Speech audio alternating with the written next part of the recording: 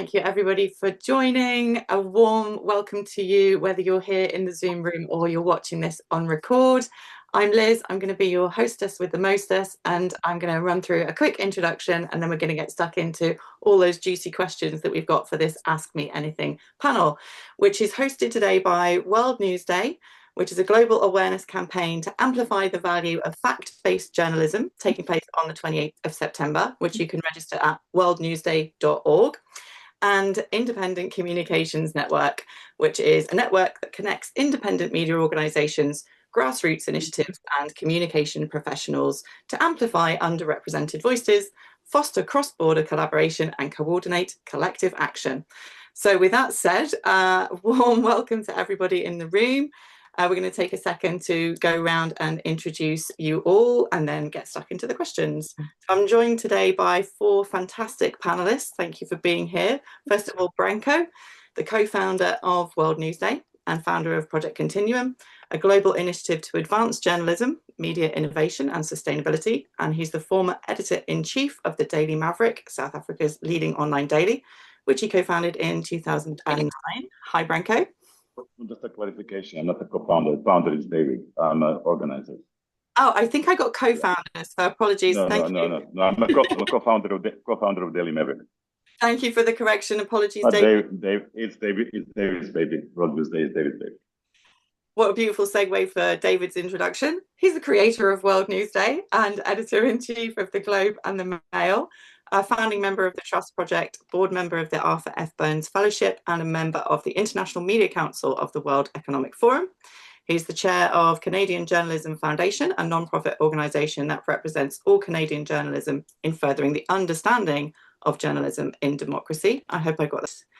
We're also joined by Ritu Kapur, co-founder and managing director of Quint Digital Limited, an independent news platform in India. And before her current role, Ritu spent over 2 decades in broadcast journalism, also sitting on advisory boards for Reuters Institute for the Study of Journalism, the World Editors Forum at WANIFRA, and the International Fact-Checking Network. Welcome, Ritu. And last but not least, Thomas Barlow, strategic director at Impress. Thomas is the founder of Real Media, the Media Fund, and the Independent Media Association. He is the event organizer for Media Democracy Festival and Byline Times Festival in the UK and supports numerous media organizations doing the boring stuff of making sure journalists get paid for the excellent work they do. So thank you all for joining us, and let's get into the first juicy question. So this one has been directed to Branko. What steps can editors take to ensure stories reflect marginalised voices and build audience trust? It's a great question. Over to you. Well, let's just talk about the way to fix the entire media globally, about the thorny issues they have of not reaching to the audiences, in small communities. Well, what we've done in South Africa was very important. First, we created a network. We reached out to the small social justice organizations. We reached out to people on the ground. We encouraged people from communities to talk to us. But what is absolutely crucial these days is that, and I think it's to start showing that people trust local media more than anybody else in the media space. And why is it? Because there's a significant overlap between what's published and the reality that people can see with their own eyes. As in, the potholes appear, they see it in the newspapers, and then they get fixed. They can actually see the causal link between reporting and things getting better. And it's an incredibly important place to start. But we shouldn't stop there, of course. So it is important to understand who we serve as well. Who is our constituents, who is our audience. And quite a few of us have forgotten it. And one of the reasons why we're in this fractured space was because way too many mainstream organizations actually, as in 2016 elections in America thought that their audience is actually Washington D.C. audience rather than communities all around the country. So one of the ways that we did is we organized, we addressed the issues. We organized the local centers of reporting excellence, and in today's world where the media deserts are common occurrence, those media centers of excellence actually started replacing the great bigger media organizations, pulling out of the local spaces and forgetting about them. And also another thing that happens is in many organizations, in many spaces, local media has been bought out by the bigger media organizations that centralize coverage, which is not necessarily relevant to people on the ground. So it's really important that we can never forget that nothing can replace meaningful journalism, proper journalism. And also, I can actually now imagine that this incoming reality in which we as the media, we need to actually organize coming into every community and actually maintaining a one-to-one contact almost with people, showing up in flesh, talking to people, trying to counter disinformation, and also trying to lessen the harmful effects of the concentrated efforts to disinform, especially communities in the vulnerable areas. Beautiful, thank you. Yeah, bringing it to the local, bringing it to the grassroots, and keeping it authentic, keeping it person to person. So important. Thank you, Branko, for your answer. I've got a couple of specific questions for the other panelists as well, and then we've got a couple of group questions for everybody. So, Ritu, can I come to you with this next question? This is from a female journalist. As a female journalist in a conservative region, I face online harassment, doxing threats, etc. How can I better protect myself and my vulnerable colleagues? I think that one's directly asked for you, please. Thanks for that question, and thanks for having me here. This is a very, very tough question to answer, honestly, because the kind of protection that platforms can provide to women generally and women journalists in particular, we find that we're just not finding that kind of support. We've found that reporting, highlighting, communicating to big tech platforms, highlighting individuals or communities, because now it's a very organized industry, the trolling industry and the doxing industry. We find that there is a limited response because there's sort of templated responses that come along. So I think it has to be, unfortunately, one of the things that we need to do is to develop a thick skin, but having said that, I think it's important to constantly keep reporting the individuals with whatever cyber laws there are in your country, because I think at some point, if there are enough of us reporting against the same communities or the same individuals, I think there would be some action. I think it's really important for your organization, if you are not a freelance journalist and you're working with an organization, with a journalistic organization, to not have the pressure to respond. There is this view that please respond to comments coming to your content because that helps build traffic to your stories and get that engagement. I think that should be a very, very individual call to take, and not an organizational pressure. I know organizations where it is made mandatory for women to do that.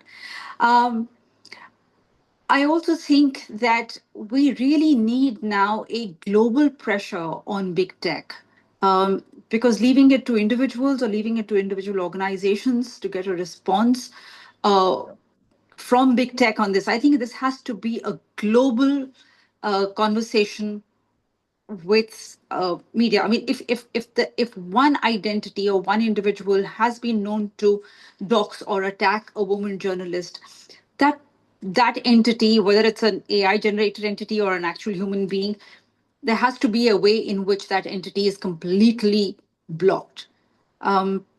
Unfortunately, I don't have a big hope here. It has been a tough struggle. Thank you so much for that answer. Yeah, I think actually one of the things it matters to me is the sense that we are talking about it and we are raising the profile and we are seeing this as a real issue and being there in solidarity with each other as we face these problems and not keep them hidden and to expose them. So that's something we can do together as we, as you said, globally coordinate the efforts to tackle this. So important. Thank you, Ritu. Next question is for David.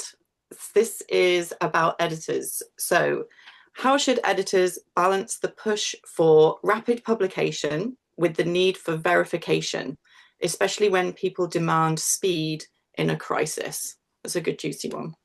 Yeah, I think I'm increasingly convinced there's no such thing as a deadline anymore. I think when a story should be published is when that story is ready.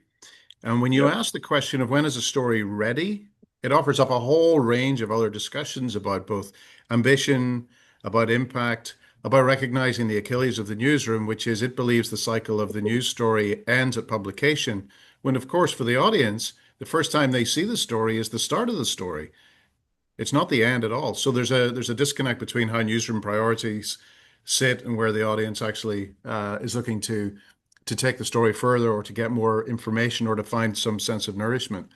One of the most important elements, I think, too, to the question of speed is why are you being asked as a reporter for speed? I know at a lot of news organizations, there are increasingly bad metrics, which are talking about the idea of you must publish 4 pieces today.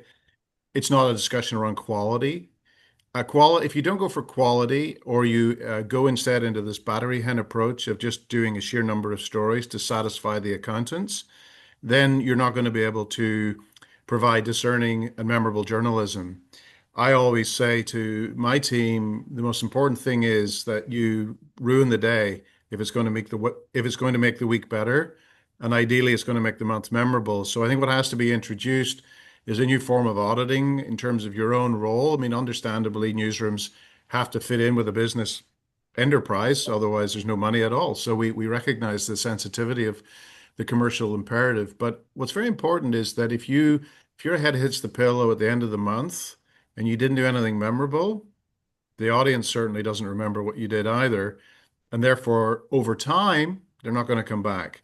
And if they don't come back, then you're just in an endless loop of churn, which I think, to be honest, is why we've seen so many organizations struggle, because they haven't had good calories, they've had empty nutrition instead. Oh, I love that line. That's a great catch line. Thank you, David. And talking about the commercial pressures, great segue. Thomas, got one here for you. As ad revenue declines, subscription fatigue grows, donor funding can be unstable. What sustainable financial models are you seeing succeed, especially for small and independent outlets? Okay. Succeed is probably a term that, can be used loosely. And I think we're going through a huge amount of change right now. So actually some of the things that I talk about, will be irrelevant in 12 months' time. But I think there will be something that's truly relevant. And it's actually to build on David's point, which is like impact. If your stories aren't making impact, and there's a really great study done. It's now called the Manifesto for Greater Community Media by someone from Britain, Rhiannon Colvin, who worked throughout North America, Canada, and the US, studying the newsrooms that work the best. And it has 10 recommendations, and primary amongst them that jumps out to me is impact. Have impact. If your audience isn't impacted by your work, if you're not creating impact, you're not going to keep them, particularly as social media really gobbles up the remaining advertising money that exists and the AI destroys the idea of click through some search engines and things like that.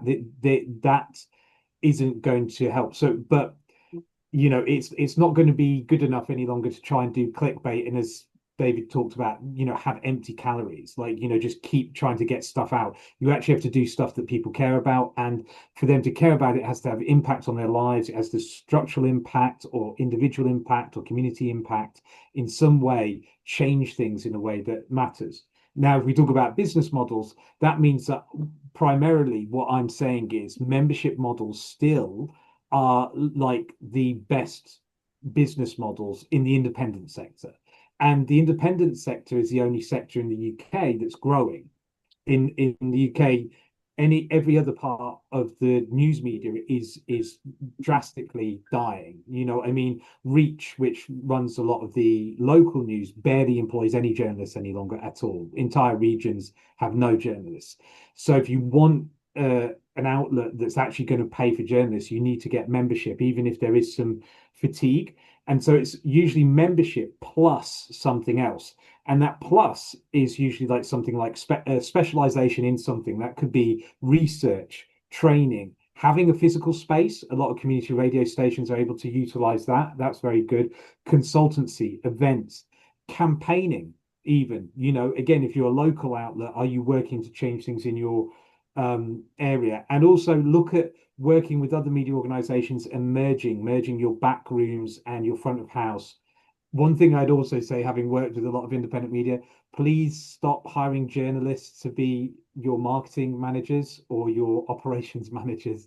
Get some specialists in for those, and focus on doing what you do well, which is telling great stories. And yeah, collaborate. I think ultimately the last thing I'll say is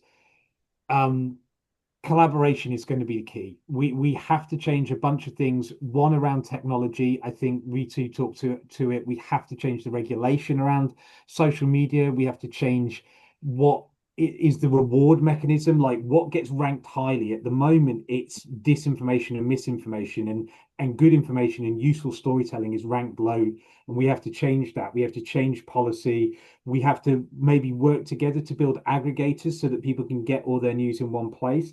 And I think we also have to build collaborative funds together. I think that so there's individual things, but I think ultimately the future will come from working together. And that's why doing something like World News Day is a really good idea.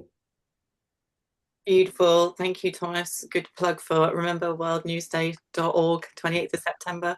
Got one question here for everybody, so we'll take it in terms of feel free to come in if you're have a burning answer for this. And it's a good segue from Thomas's just last talking about social media. Younger people often get news from social media, which doesn't always reward nuance and can be riddled with factual errors. How do media leaders adapt to that without sacrificing depth? Does anybody have a burning desire to come in on that one? Sorry, Liz, I didn't hear the question. No problem. I'll read it again. Younger people often get news from social media, which doesn't always reward nuance and can be riddled with factual errors. How do media leaders adapt to that without sacrificing depth? Well, I like, as someone who works on social media, I'm not entirely sure that that's exactly correct. I think social media is taking a lot of the advertising money, but I don't think it doesn't reward nuance. I think if you look at influencers, they're very concerned about the trust they have with their audience, because that is actually their paycheck. They're concerned about that trust a lot more than, say, a journalist at a big national in the UK used to be, say, in the 1990s, because people were married to the brand rather than the journalist or the individual. And they are held to account not in a way that I think is as good as boards of journalism ethics or regulation, but nonetheless, there has to be a lot of nuance. I think if you've ever seen discussions that they do involve sort of back and forth on certain things and people trying to explain things and work things out. I think we're in an age where we are working things out in public. I think admittedly, the comments are not always the comments do not the most highly ranked comments are usually not nuanced, but I think the creators are a lot more nuanced than we give them credit for. So I push back on that, but I would also say that there's an organization I was just speaking to yesterday called Common Cause, and they talk about the values perception gap, right? What they've observed across almost every society is that is that we basically around about 89% of us share the same values pretty much, but that there's an increasing gap in how we perceive others sharing those values. And I think what social media does is actually make us perceive that other people don't share the same values. And I think that's the thing that we've got to try and solve, which is kind of a bit amorphous, but I think as long as we keep focusing on good storytelling, human storytelling, and keep trying to encourage those codes of conduct that like the National Union of Journalists in the UK has, or I assume there's similar bodies elsewhere, or regulators have, we have to keep bringing those through onto the platforms. But I don't think it's necessarily social media itself, though some platforms, obviously, naming no names, are worse than others. Thanks, Thomas. David, I see you're unmuted. Do you want to come in? Yeah, I think, one of the challenges we all face is loneliness, and we want to belong. And human nature is a collective, a series of individuals who want to come together. We often self-choose which social media to be on. And unfortunately, human nature finds it very easy to share anger. It can share humor, but it doesn't share praise, and it's a small percentage that share facts. And because of that, there is a real whittling away of a commonality where within that middle ground, there can be a discussion and you can explore and you can feel like you belong. Belonging now, in addition to that marriage with loneliness, means that you have to agree. And social media enforces that sense of agreement. And with agreement comes polarization, because I agree with this group, I agree with this group, and there's no meeting place. So social media at scale is reducing the ability to come together and is actually only adding to the loneliness, even though you can be incredibly busy on social media, you can be incredibly active, you can engage with a lot of people, you can speak to a lot of people on social media, you can have your voice heard, but it's not necessarily in a place where you're feeling either comforted or that you've learned something particularly positive. I think there are some great ecosystems like Reddit that allow for karma, that can be constructive on everything from service journalism through to just getting answers to questions that you didn't have. And over time, the peer balance ensures that probably more likely than not, if you've got a flat tire on your bicycle, it's going to get fixed if you're on Reddit than if you just do it on your own. I wouldn't say the same for all social media. So if you take the flat tire on your bicycle as a test, that's probably not a bad rubric for where you're also going to find better news. I love that. Flat tire on your bicycle on TikTok. You just get endless people remixing your tragedy. Hi. Sorry. I just wanted to come in to just add to what David said. I think in practical terms, I think it's important for newsrooms to not abdicate social media. I think you've got to play to the strengths of social media, because if that's where people are consuming content, you have to make sure that they're not just consuming the angry, sensational, emotional content that obviously travels faster. You have to be able to come up with ways in which you're putting your content through where it is appealing. Call it clickbait, if you will. But if your journalism, if your story is really important and it's fact-based and it's a story that must get consumed by people, then you have to find ways on social media, play to whatever tricks of that particular platform will get the algorithm to get that story to surface. But I think what's also really important as reminders to ourselves as journalists is to make sure that we're cognizant of our own bias and we have the ability to put that aside, because if our anger and frustration our desire to take on authoritarian, autocratic state, I think if that anger can be heard in the way we're writing our content or making our videos, then I think we're going to be polarizing further. It's not easy because things are getting so tough for journalists that it's not easy to not be angry or to really be absolutely neutral in the way you're putting your facts through. But I think if people find that you're really here to get information across and not have an agenda, I think it somehow might break through the algos and be able to get to the other side of the polarized world that from you.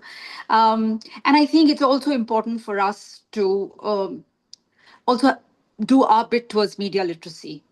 I mean, we find that in India, people do respond to that and use social media towards media literacy as well. Brilliant. Thank you. Branko, please come in. Yeah, if I can add my few cents.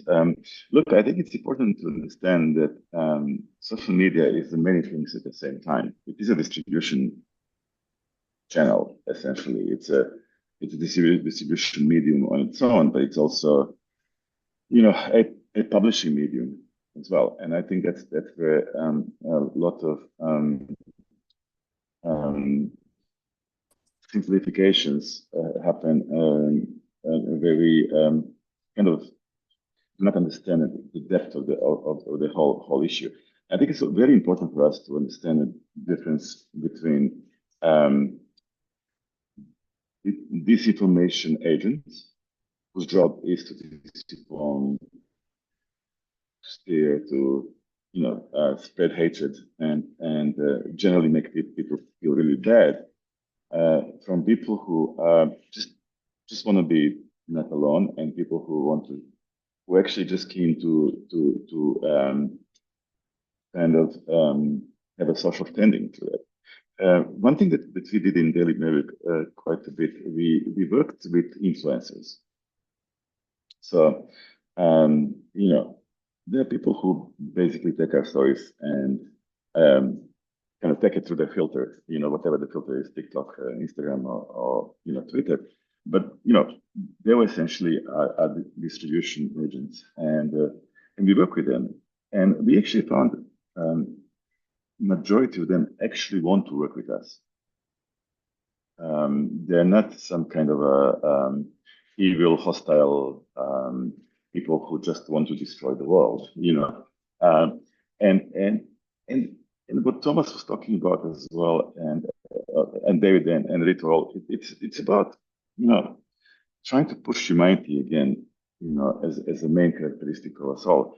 And you will never be able to solve the social media problem as in its entirety, but at least significant parts of it will be able to actually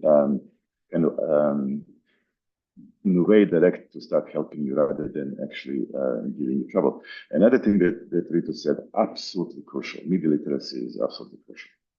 And that is one of the greatest problems we have globally right now, because people simply just do not understand the basic issues about the media. And if I may just state, a great chunk of media itself is not media literate. So it's a serious problem. Thank you, Branko. So from challenges, let's try and move towards hope. We've got a couple of good questions in. One from Nathan, which is, how do we restore trust in the media? So anybody feeling passionate about coming in on that one? Yeah, Branko? Oh, can we try and keep to about a minute to 2 minutes for answers so we can get a few more questions in, just to keep everybody pacing? Yeah. Of course. I think also that when we talk about trust media, there are two issues. First issue, I think it's overblown. That lack of trust in media is overblown because we are still moving things. We are still moving in a story that is read 10,000 times in a good newspaper is actually moves event much more powerfully than a million times repeated tweet. That's a very important. And also, where we talk about media, what is media? I think it's really important to understand what do we consider media? And I think in the next few years, are we going to have to actually consciously try to decouple the news reporting media away from what is essentially talk show? So when people tell you today, when I said to people, we have a serious troubles in the media space, people say, I disagree, podcasts are doing great. No, podcasts are not media. Podcasts are a couple of people sitting on the microphone and chatting, And it's really important that this again, go back to media literacy, where we actually create this clear, delineation of media as a distribution channel and the news media as a reporting part of it. Love that. Okay, thank you. And that was a minute as well. David, would you like to come in on this? Thanks. Yeah, I mean, my answers evolved over the years. I used to believe in trust. I thought that was a good word. I think that's not the correct word, because I can trust this media organization on this side of the spectrum. You trust this one. I think the question is, the word is actually trustworthy. By being able to demonstrate trustworthiness, you have to be transparent. You have to show your journalism as much as tell it. So you have to explain that there's a real live human being, not either 3D or 2D AI, that has gone out there and done the hard miles, who has spoken to 12 people, 4 of whom declined to comment. 3,000 kilometers was traveled. It cost this much money, because it doesn't just happen in isolation. We live in this powerful professional paradox where we want everything to look beautiful and seamless. It's like when you go to the theater and you see a play, or you go to a music concert and a gig. What a fantastic experience that was. Well, that was simple. No, it wasn't. Very few people can do that work. And it's a trained group of individuals who have a high standard. And I would say this, that if you're looking at the collective maw of the internet, the one group I know that stands behind everything it publishes is journalism. And the scarcity of that on the internet is surely the thing that can grow demand. Love that. The story of journalism higher up in our consciousness. Thank you, David. I see Thomas is unmuted. Are you coming in? Yeah, just to build on what David's saying, it's exactly that. And there's no reason why that can't be compelling storytelling. That's the other thing. It's not just about sort of showing the grind or like proving your worth to people. Like if you look at true crime podcasts, they're telling you how they got to find out the information. That's the actually fascinating part of the story. In many ways, what journalists aren't doing is, in some areas, aren't rising to the opportunity to tell stories in a different way.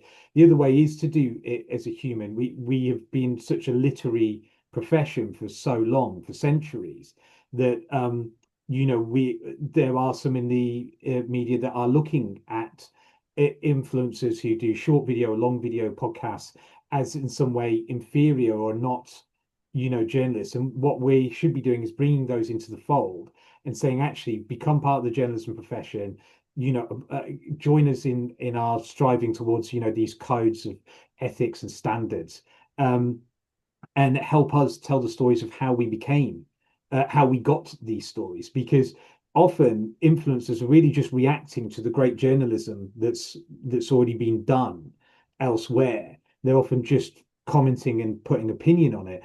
And I think they could help us tell our stories of how we came there. I think we could learn something from them. So, and in doing so, I think we can rebuild trust, because human beings really, ultimately, when it comes down to it, more than anything, they trust other humans.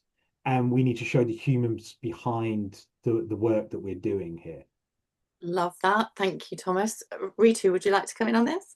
I think completely agree with everything that's just been said. I think that what's now popularly called behind the scenes is to be able to say why we did the story and how we did the story, and whereas all the documents and evidence beyond what's been written within the story that are accessible, and that you can, if you want to dive deeper, here's how you can connect with the journalist, and how you.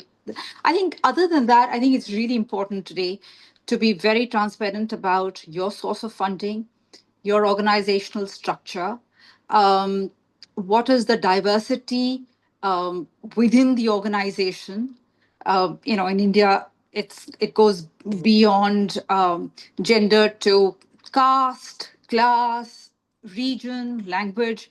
And I think what's really important is that we focus on doing video-driven ground reports, because when people can see and hear the voices from the ground and see how the story was done, I think that really helps build trust beyond the written word.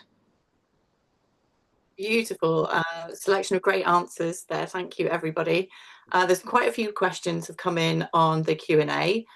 We've gone to Nathan, and now we've got Eliz, who I think had to leave, but we're going to ask because she's going to watch the recording back.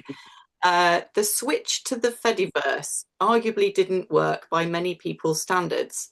Do you see any platforms that aren't big tech platforms succeeding in becoming a go-to and lasting platform for the masses, where Mastodon, for example, didn't? Techie question for you all.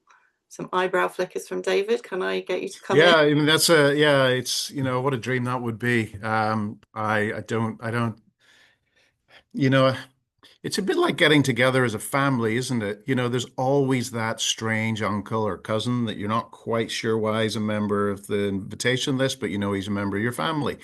Every level detached from the newsroom, every kilometer travel further from the newsroom, people don't get what it is we do. They don't feel the responsibility gene that we have. And they have, in the end, a competing priority, which is just sheer scale of eyeballs, which demonstrably does not provide enough revenue for healthy journalism. So I don't think I could find a positive answer to that. I would love to live in that environment. And, World News Day is partly about the idea of inviting the audience to the stage to say, how did your life improve when you met a journalist? Perhaps that's the platform, but it's not something that can be anything other than atomized based on geography and media choice. Thank you, David. Thomas, you look like you were ready to come in. Yeah. Well, Branko will definitely be plugging quite Project Kontinuum, as should be talked about. And I think, when we look at, say, the Fediverse or Project Kontinuum, when we're looking at platforms that have been built to serve both audiences and publishers, journalists and people, people who receive news alike, what we also have to do is construct campaigns to move off existing social media, particularly Twitter, because when we were talking about social media, it is very different. YouTube and TikTok are actually better platforms than Twitter, for instance. So when we're trying to move people off these things, and there are sudden moments where people are like, oh, we'd like to get off this, it's never done in an organized or coordinated fashion. What we need to do is set a countdown and say, right, in 6 months, we're all moving together and we're going to make a combined pledge, and we're going to try and we're going to reach 1 million people or 5 million people or however many it is, or else we're not going. And then that forces us to encourage everyone else to go at the same time to build up to that moment. And of course, Liz is working on Media Liberation Day, which will be, I think, the first of many attempts to push people onto these platforms. So I think it's not that the platforms don't work. I think what it is that they have been designed well enough to work, but they've stopped at just the designing, very much like journalists stop at just doing the story and then leave that to the rest of the world to sort out. We have to take responsibility now to move people onto the platforms and away from big tech, because essentially there's 3 owners of every media platform on the planet, because we're all working for Meta, Google, or Twitter. We're feeding their algorithm constantly, and the only way we're going to survive is by changing the reward mechanism for what journalism gets rewarded. And we're going to have to move, and that means a big old campaign, which is not what we're used to, but World News Day is the first step. Thanks for the plug for mediarevolution.org there, Thomas. Over to you, Branko. I'm not going to plug anything. The issue here is that I think we all suffer from failure imagination. And the specific one that we actually, okay, so let me, I can ask you all, what is the correct characteristic linking every single social media platform? And it is that all put together by tech people, And I think it's a really important element is that none of those platforms were put together for the purpose of distributing even remotely truthful information or to help media companies. So what we've done, we have given a scale to the social media companies, and they have abused that scale tremendously. And I think it's about time we start looking in the direction of what would our vision of the social media network that will be based on observable reality be, and not just social media which is seen as a group of ones and zeros, which is there to just move data and create advertising space to sell for the social media companies. So yeah, it's about time we actually change the whole equation. Complete rewrite. Let's just have a do-over. I think you're right. Well, let's put it this way: is I don't think that any single one of us can actually disagree with the statement that if we continue like this happening well. So we can continue doing this way, or we can do something else. And my solution was always look at something else. Thank you, Branko. Ritu, would you like to come in? I think if I'm honest to myself, and if you're honest to yourself, the truth is that it's very difficult to get people off, even if we are able to create this utopian other universe, to get people off the Meta and Google universes. But I think there's an opportunity here to do what we didn't do back in the day with Google and Meta.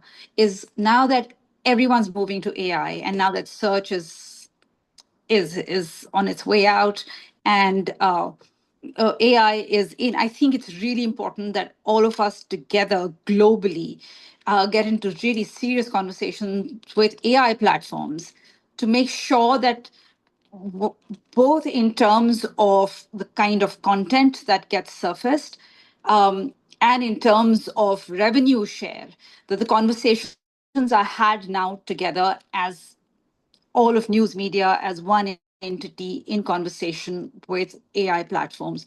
We need to have those conversations now.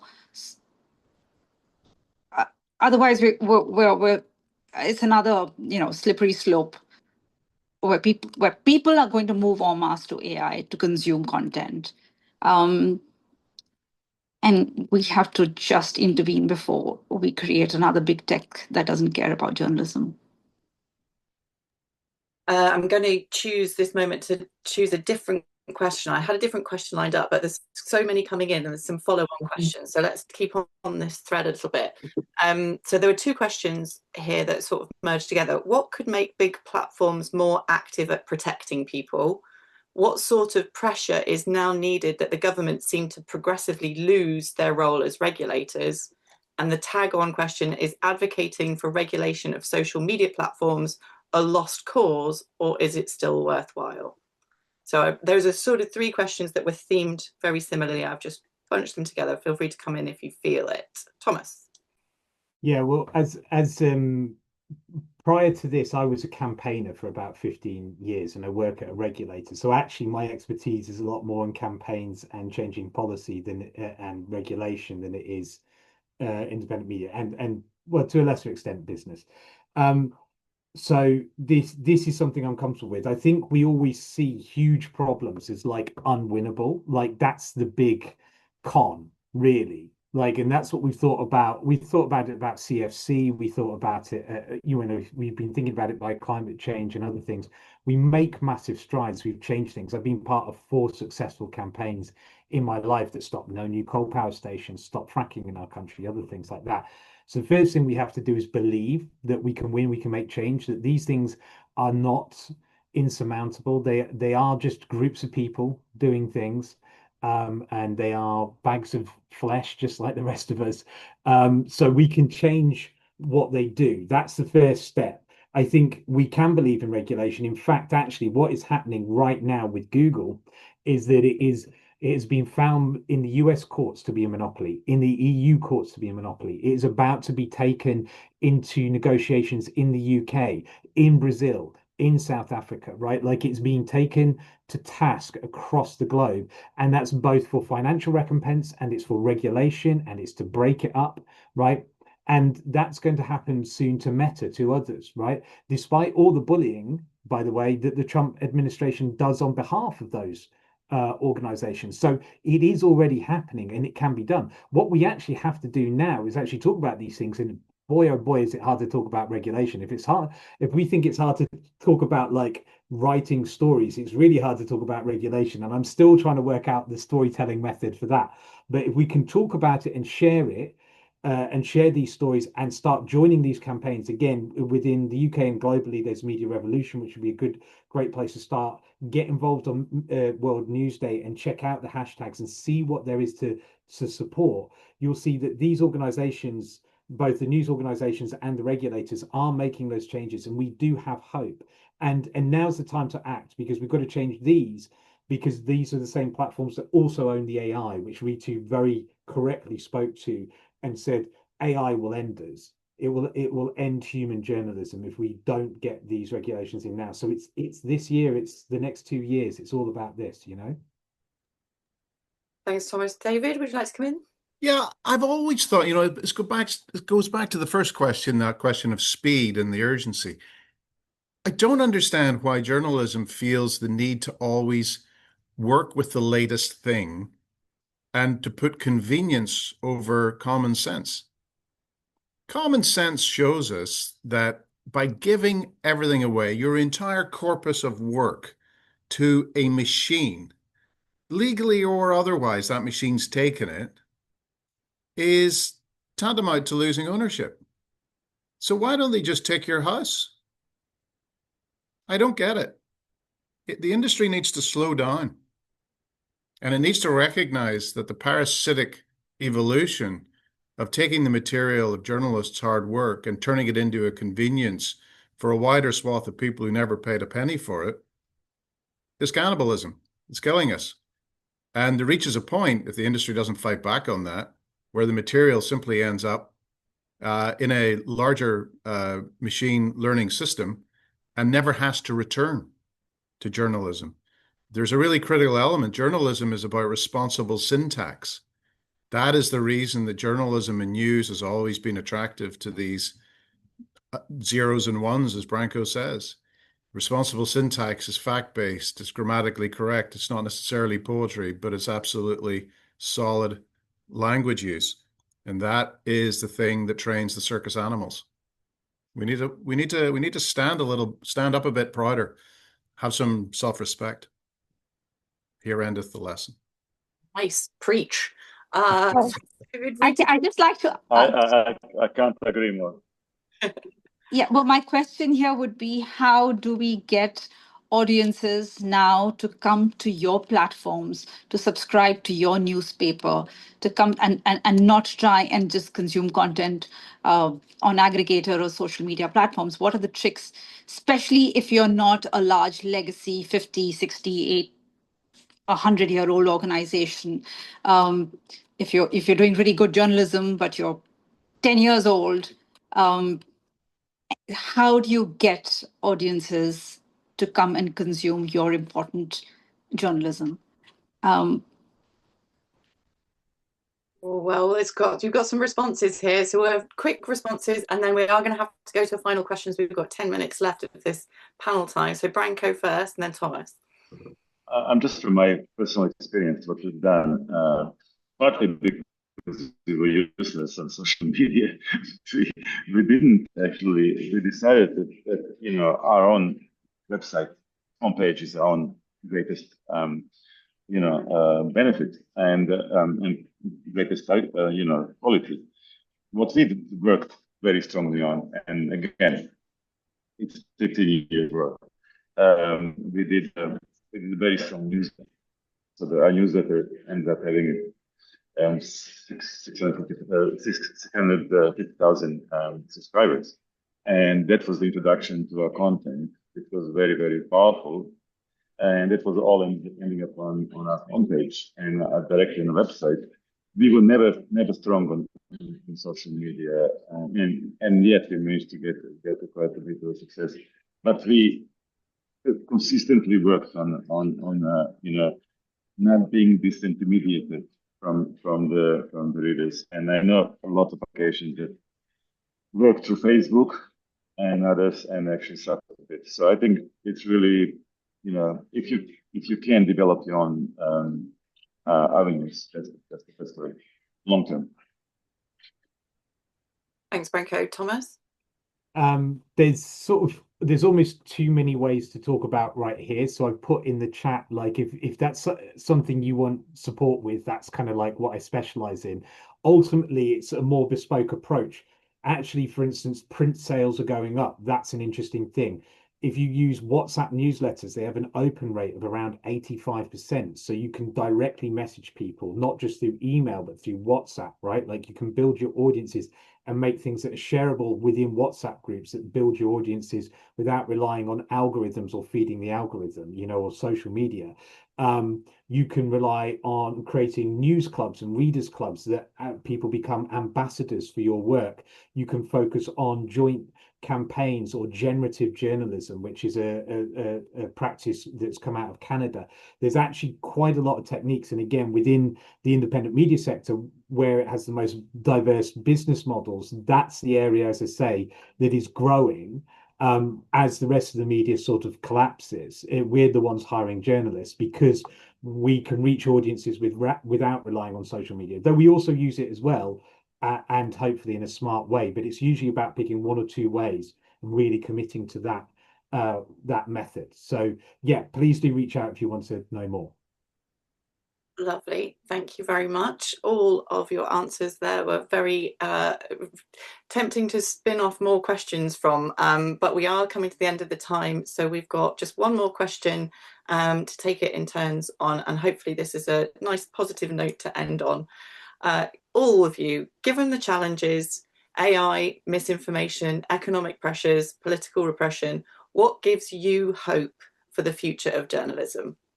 So please take a second and to have a little think. And I'm going to pick on David first because you unmuted first. Yeah, I mean, I don't always go to bed optimistic, but I always wake up optimistic. I think that the world is a beautiful place full of discovery, and there are profound challenges, and those challenges are actually more available in terms of awareness to all of us. We can travel to different parts of the world instantly and see the realities and the tough suffering, but we can also see the really beautiful things that do go on in the world. So my hope is humanity. I believe in people. I believe that a difference can be made by a single individual, and I believe that honesty wins out over the technology and the zeros and the ones. The sentient human being, that's who I'm backing. Nice. Thanks, David. Thomas, are you ready to come in? That's a tough one to follow, isn't it? And it echoes my sentiments hugely. I think the thing that we've learned about people over this particular period, bizarrely, as much as we try and doomsday ourselves into believing that we are entirely dependent on tech, is that human beings like to do things with other human beings. That, whether it's choirs or football clubs, cycling or singing, dancing, whatever it is.